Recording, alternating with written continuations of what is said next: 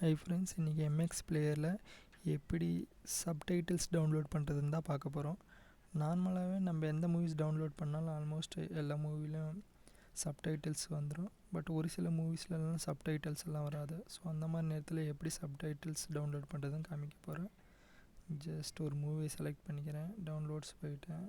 இங்கே பாருங்கள், இந்த மூவி வேணும்ங்கிற ஒரு மூவி ஓப்பன் பண்ணிக்கிறேன் பாருங்கள்.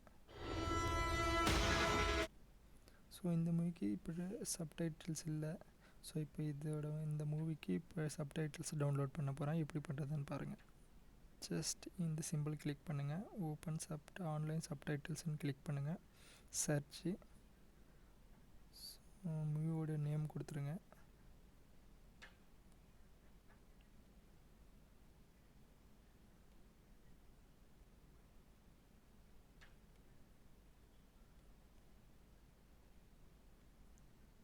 பார்த்தீங்களா, சப்டைட்டில்ஸ் வந்துருச்சு ஆன்லைன்லேருந்து. ஸோ இது கிளிக் பண்ணிட்டு ஜஸ்ட்டு டவுன்லோடுன்னு கொடுத்துருங்க. டவுன்லோட் ஆயிரும். இப்போ நீங்கள் ப்ளே பண்ணிங்கன்னா சப்டைட்டில்ஸோடு ப்ளே ஆகும்.